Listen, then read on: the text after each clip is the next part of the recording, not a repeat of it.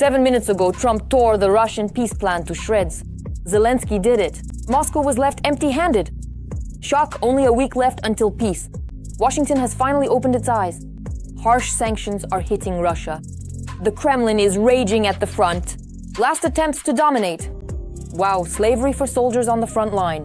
Putin has hit a new low yet again. Europe has prepared a collective revenge. The united Western forces are moving into the rear of the Ukrainian armed forces. Aviation is airborne, the countdown has begun. All this in our episode Hell Point. Urgently, Trump is rewriting the peace plan. Zelensky has reached an agreement on everything with the head of the White House behind closed doors. Washington is turning away from Moscow and Russian officials are avoiding eye contact. Everything has gone off Putin's script. Kyiv is leading the West, has made its position clear, and Ukraine is standing its ground. Will it be possible to formalize all the agreements on paper and finally tear URF away? The last chance for dominance. More on this in just a moment. The negotiations in Geneva regarding Trump's peace plan are of decisive importance. Representatives from the US, Ukraine, and national security advisors from France, the United Kingdom, and Germany participated, working on the American draft plan to end the war in Ukraine. Ukraine is approaching this process with a clear understanding of its own interests. This is another stage in the dialogue that has been ongoing in recent days. And above all, it is intended to coordinate a shared vision for the next steps.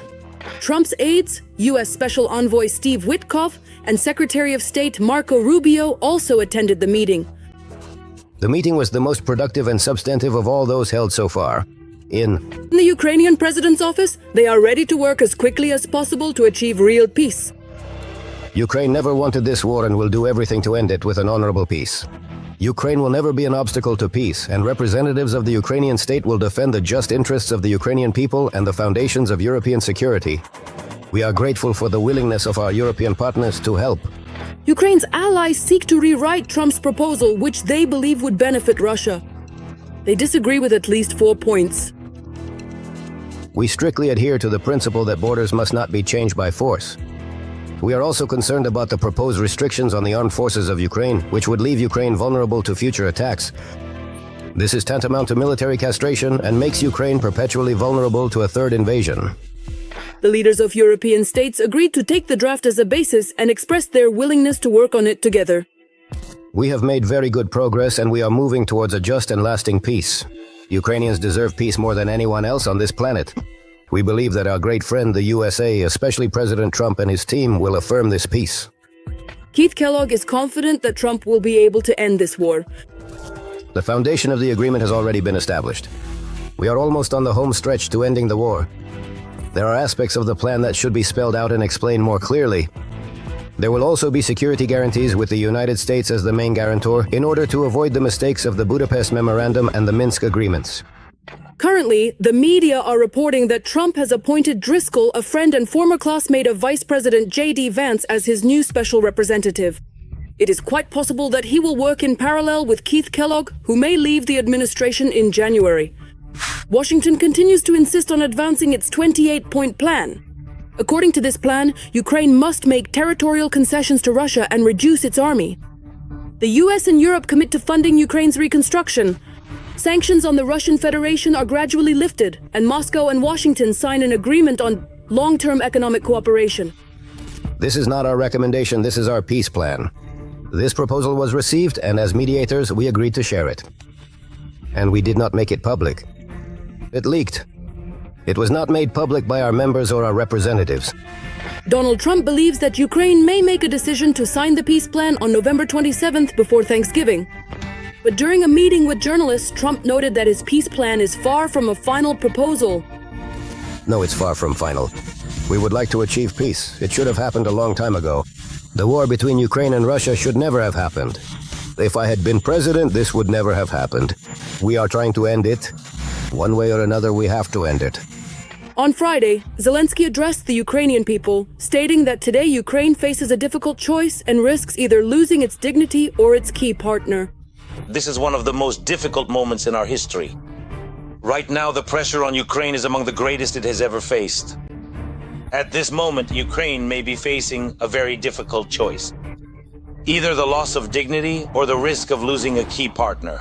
Sources close to the Kremlin say that the provisions of this document should be seen more as a basis for a future agreement rather than as an agreement that Putin will officially sign. If Kiev does not want to discuss President Trump's proposal and rejects it, then both they and the European warmongers must understand that incidents like those that happened in Kupiansk will inevitably be repeated, and on other key sections of the front as well. It may not happen as quickly as we would like, but inevitably it will be repeated. And overall, that's enough for us. Moscow does not like the proposed security guarantees for Ukraine, the size of the army, or the use of frozen Russian assets to support Ukraine. We have this text. We received it through the existing channel of communication with the American administration. I believe that it can also serve as the basis for a final peaceful settlement. The Kremlin is creating informational conditions to reject the agreement. After all, Russia is not interested in making territorial concessions, according to the American Institute for the Study of War. A Russian victory is not inevitable. Ukraine and the West can exploit several key Russian weaknesses to force the Kremlin to negotiate and make real concessions.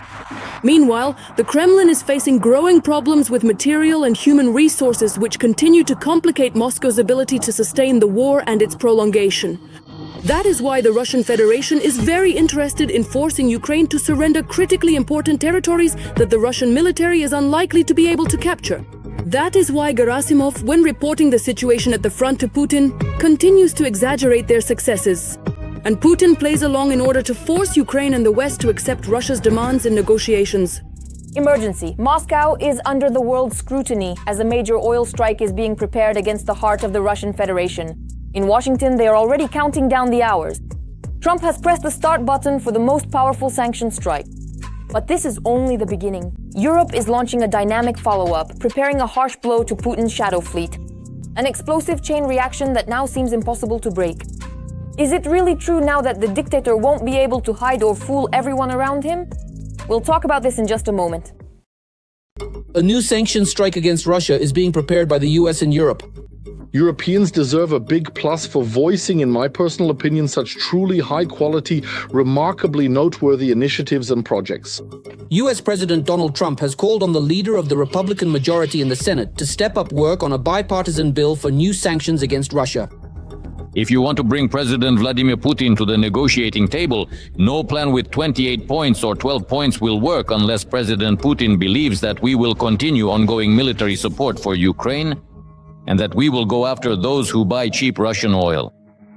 According to co-author of the bill, Lindsey Graham, Donald Trump signed it, making amendments under which the final decision on their implementation and removal remains personally with also the President of the United States. This refers to the so-called draconian sanctions with massive tariffs on countries that purchase oil from the Russian Federation. As for the so-called shadow fleet, there are measures Europeans can do. About the shadow fleet, since much of this takes place in areas much closer to them. At the same time, Europe has stepped up its efforts to combat the Russian shadow fleet. Germany, France, and Poland have proposed new EU measures against Russia's shadow fleet. Recently, it has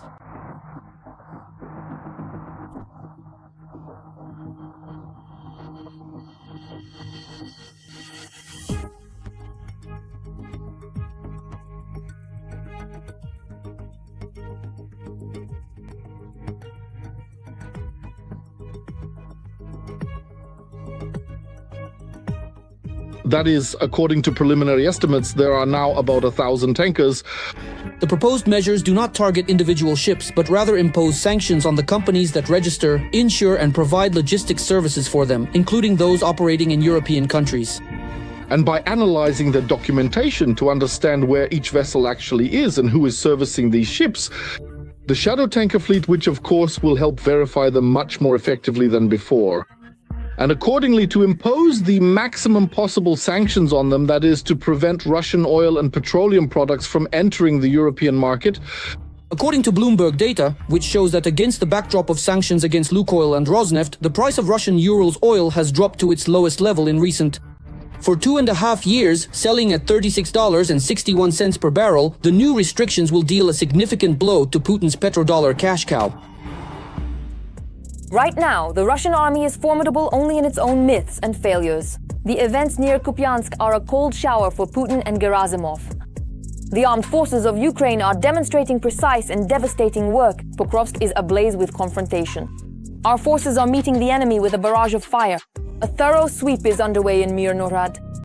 Ukrainian land is being cleansed of the occupiers. Whether the enemy is planning to withdraw from there for good, we'll find out in just a moment.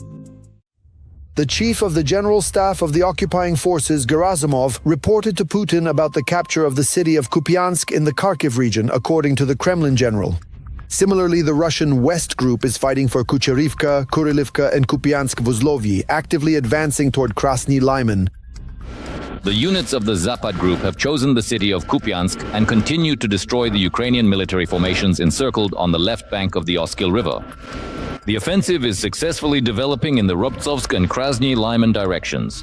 The lie about the capture of Kupiansk is very similar to the seizure of Pokrovsk. A year ago, Russian generals were already talking about capturing this city in Donetsk region. 3 weeks ago, Putin himself invited journalists to come there.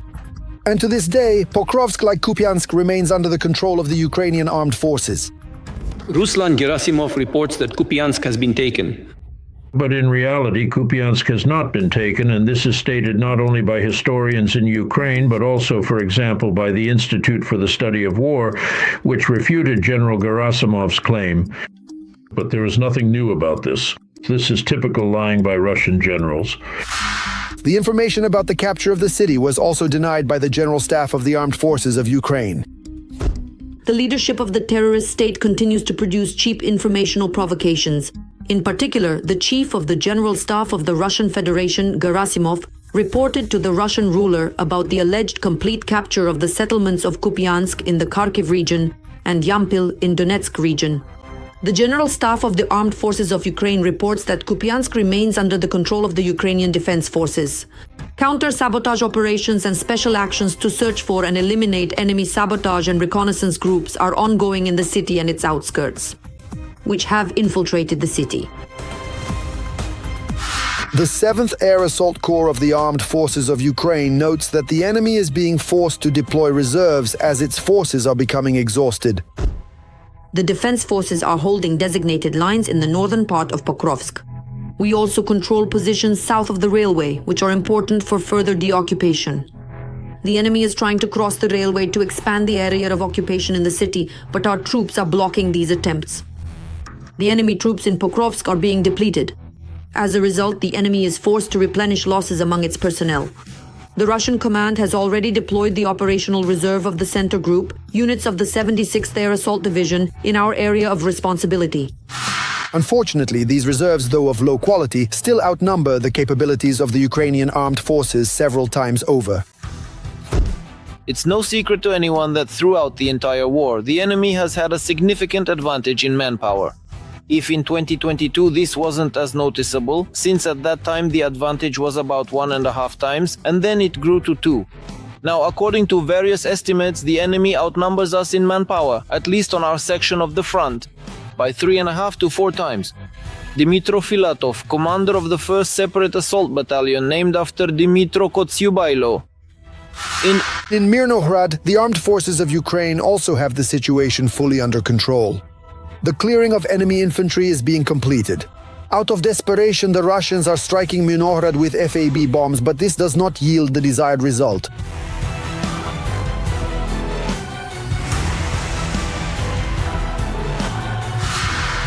Despite enormous losses, the Russians are trying to infiltrate in small groups both into Mirnohrad and Pokrovsk, as well as the outskirts of these cities. But these attempts are being harshly suppressed. Unfortunately, the Russian army has made minor advances in the Zaporizhzhia and Dnipropetrovsk directions due to their significant advantage in infantry, which is strongly felt. At the moment, the Ukrainian armed forces simply do not have enough personnel on the front lines. Every voice matters. Join our community, support independent journalism and help us bring you the truth from Ukraine. Become a member of Ukraine Today. Join us now. Urgent. Putin has abandoned his army. Payments to Russian soldiers have ended. The budget is empty. The dictator orders them to fight for free. Russians are in a panic. Men are dying like flies and their relatives simply can't bury them. Everyone's pockets are empty, including the dictators. The war has brought the Russian Federation to its knees. How much longer can the enemy hold out under these conditions? Don't miss it, we'll tell you more about this next. Putin's so-called special military operation is winding down. Russian regions have started to run out of money for contract soldiers. Officials from several Russian regions are reporting the cancellation of payments amounting to 1.5 million rubles, allegedly due to a difficult budget situation. The first to stop luring potential contract soldiers with big money in 2025 was the ZELENSKYY Krai. Next, Khakassia also announced that there is no money, but you hang in there. Now it's Yakutia's turn. Yakutia has run out of money for payments to the military. The budget can't cope, said the Republic's finance minister Ivan Alexeyev. The problem with delayed payments in ZELENSKYY Krai is so huge that after opposition channels, even Kremlin media were forced to pick up the story. The widespread public outcry forced even Russian officials to acknowledge the problem. The men are extremely outraged that after signing a contract and going off to defend the motherland, they have to wait for months to receive the so-called relocation payments from the region. I won't repeat everything they wrote to me because there are hardly any words fit for broadcast and I understand their emotions. I'll just quote the last sentence, since it's suitable for broadcast and sums up the whole point. Please tell them over there that the official's response, "The budget is complicated, we have no money and please be patient," does not satisfy us. It's especially hard to be patient under such conditions for the occupiers who are already dead. Because of the refusal to pay the promised compensation to families, the dead can't even be buried with dignity. When a cargo 200 arrives, the family members receive 100,000 from the region, plus 1 million or 1,100,000.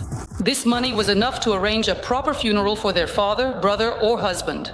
Today, the most they get is supposedly 100,000, and that's only if they show up on time. There's nothing to bury them with. And economists warn that things will only get worse. The Russian treasury is empty. Due to Western sanctions, the freezing of Kremlin assets, and the rejection of Putin's bloody energy resources, Russia has nothing to pay its own soldiers' debts with. The Russian economy has entered a downward spiral of contraction, already quite active, noticeable, and undeniable. And it's unlikely it will be able to get out of this spiral easily. It's not even clear if it can get out at all. Maybe not as quickly as we would like, but it seems that Western and American sanctions have broken the back of the Russian economy. In its plans and budgets for 2025, the Kremlin has clearly set its expectations too high. It is relying on different oil prices, on a different dollar exchange rate, which currently does not exist. As a result, there is no money to pay each new soldier more than 2 million rubles for a contract with the Russian Ministry of Defense. The same goes for payments for injuries and deaths of servicemen. Everyone who went to war to make some money will now only earn themselves a one-way ticket. Stagnation has been going on since around September 2024. So since September 2024, that's almost a year and a half, the Russian economy, actually, it's already more than a year and a half now. In general, the Russian economy is not growing. So how long has it been now? Since September, so accordingly somewhere around, we're already approaching a year and a half now. So the economy isn't growing, and moreover, there's a decline which is continuing and getting worse. Furthermore, the financial situation of companies is deteriorating. They're losing profits. Accordingly, corporate profit tax payments are decreasing. Because of this, regional budgets are already in serious trouble. To somehow calm the families of Russian contract soldiers and to stifle the grief of widows, Kremlin officials verbally promised to resolve the issue as soon as possible. It seems that the government of the Republic has already found a solution. The minister promised to resume the payments. But there's nowhere to get the resources to support Putin's campaign. For now, the gaps are being patched using budgets meant for healthcare, utilities, and education. However, even all of these combined won't cover even a third of the expenses for the special military operation. Meanwhile, Russian pro-war bloggers are complaining about widespread discontent among Kremlin contract soldiers. None of them are eager to die for an idea rather than for money. And on some sections of the front, pro-war bloggers admit that after the news about the Kremlin stopping payments, cases of going AWOL and desertion have sharply increased.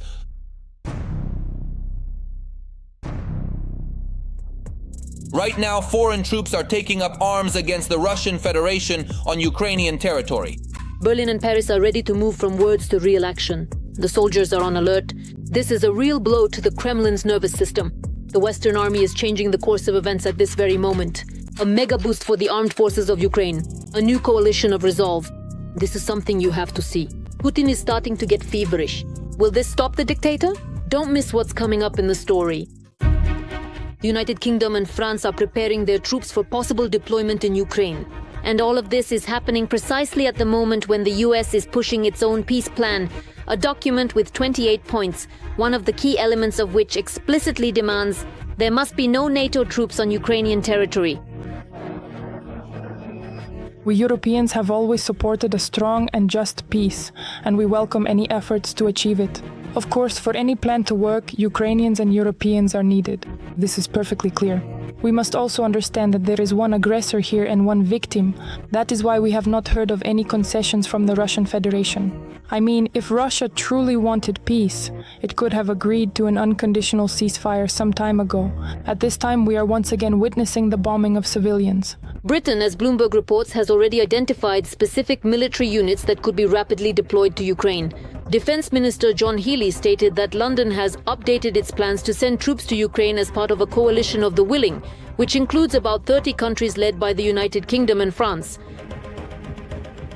We have conducted reconnaissance in Ukraine, and we also know which units we will deploy, how we will deploy them, and what tasks they will carry out. The plans will be coordinated with other coalition members depending on Ukraine's needs and the terms of any peace agreement. In effect, London is forming the framework for a future presence. The very same one that is supposed to start operating immediately after a possible peace settlement. Britain is already allocating over £100 million for these purposes, which is approximately $130 million. These funds are for the initial expenses of deploying troops. There is ongoing communication between Ukraine and its partners regarding needs and the situation. This is one of the channels through which, meaning at the level of the Ministry of Foreign Affairs, at the level of various agencies and different coordination groups established between Ukraine and its partners, this information is conveyed, Ukrainian assessments.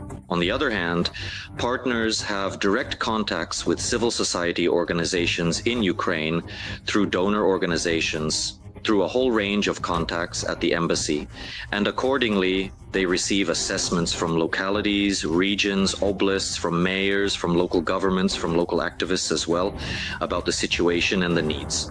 The third point is that intelligence services and analytical centers are also at work. Therefore, it can be stated with complete certainty and full responsibility that the partners have an excellent understanding of the situation and the needs that exist.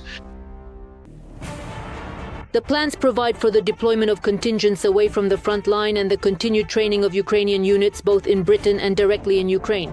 After the signing of the peace agreement, a coordination center is to begin operating in Kyiv under the leadership of a British two-star officer. Its tasks include logistics, armaments, training, the restoration of the Ukrainian ground forces, as well as ensuring air security necessary for the resumption of international air travel. A separate component is the expansion of the Black Sea Naval Group of Turkey, Romania, and Bulgaria. Demining, securing trade routes, and restoring maritime exports. These elements, according to London's plan, are to become key for the post-war period. If there is any deployment of a British military contingent, they will be stationed far from the conflict zone. Obviously, we're talking about Western Ukraine, where, by the way, according to my information, we know that there are currently American military instructors present. There are quite a lot of them, and they are training in logistics and other areas as well. So this also concerns instructors. Therefore, for now, there is absolutely no reason to expect that, in the event a peace process begins, foreign troops will be stationed along the line of contact. In other words, what is happening now will simply continue. But it is quite possible to talk about, as an example, specifically replacing American instructors and American military personnel with British military personnel. Right now, Ukraine and its European partners are facing a difficult choice. On the one hand, there is the need to ensure reliable security guarantees and achieve stability after a possible settlement. On the other hand, there is the risk of going beyond the American plan, which could provoke a new wave of pressure from Russia or even undermine the very architecture of the future peace agreement. There is panic in the Kremlin. Putin is chilled by the latest news. Ukraine's air fleet is rapidly building its strength. One after another, new aircraft are taking to the skies. The first footage is already impressive. The Rafales are preparing to seize control of the skies and push Russian aviation into the past. Standing alongside them in formation are Gripins, Mirages, and F-16S. The ring of inevitability is tightening ever more firmly around Russia. What new strike asset might Ukraine acquire next? The answer is coming up in the report. France is strengthening Ukraine's defenses, particularly in air defense and aviation. President Volodymyr Zelensky announced that our country will be able to receive 100 Rafale F-4 aircraft, powerful French radars, 8 Sam-Petit air defense systems, as well as 6 launchers. In addition, Ukrainians will receive 55 electric locomotives, which will provide extra support for the country's infrastructure. What was signed with the president is more of a permit for delivery, but the contract signed with the company Dassault is an actual agreement for the delivery of the aircraft. In other words, we have a political decision. Yes, so a separate contract will need to specify all the financial terms under which conditions we will receive these aircraft. It was stated that President Zelensky did not announce the full list of aid for security reasons. However, even the published list could create significant problems for the Russians. The Rafale is more in the category of heavy fighters of the generation 4++. Well, if we consider the modern version of the Rafale, right? In terms of takeoff weight, number of hardpoints, and combat load, it matches the Russian Su-35 and Su-30SM fighters, meaning the most modern Russian fighters. Rafales and Gripens are being equipped with Meteor missiles. This missile has a ramjet engine, not a solid fuel one, but a ramjet. It already has a range several times greater for us. Well, initially, a range of 200 kilometers was announced. Now, in fact, the figure of 300 kilometers range has been repeatedly proclaimed in promotional materials. In other words, this missile is not inferior in its characteristics to the Russian R-37M missile, but it will be a permanent weapon. Starting in the summer of 2024, American F-16S have also been carrying out combat missions in Ukraine. To strengthen its air defenses, our country intends to purchase Gripen fighters from Sweden. These aircraft can compete with the F-16S, and not only them. The F-16 and Mirage 2000 fighters that we received are currently being utilized for air defense missions, primarily about 70% of the time. And the Mirages are actually used 100% of the time, mainly for air defense tasks. Earlier, Zelensky and Macron signed a declaration of intent to cooperate in the field of Ukraine's acquisition of defense equipment. Unfortunately, our financial capabilities as a country that is very peaceful and has in fact been at war for 3.5 years, do not currently permit us to purchase aircraft. For now, we are only being given aircraft. On the eve of his visit to France, Volodymyr Zelensky announced a historic agreement and a significant strengthening of Ukrainian aviation. In addition to France, Spain is also preparing an aid package for our country. At the moment, Ukraine's priority is to strengthen its air defense. That's all from me for now. This was me, Darina Hutsakalo. There will be even more explosive news in our next broadcast. And in the meantime, don't forget to subscribe and hit the like button. See you soon.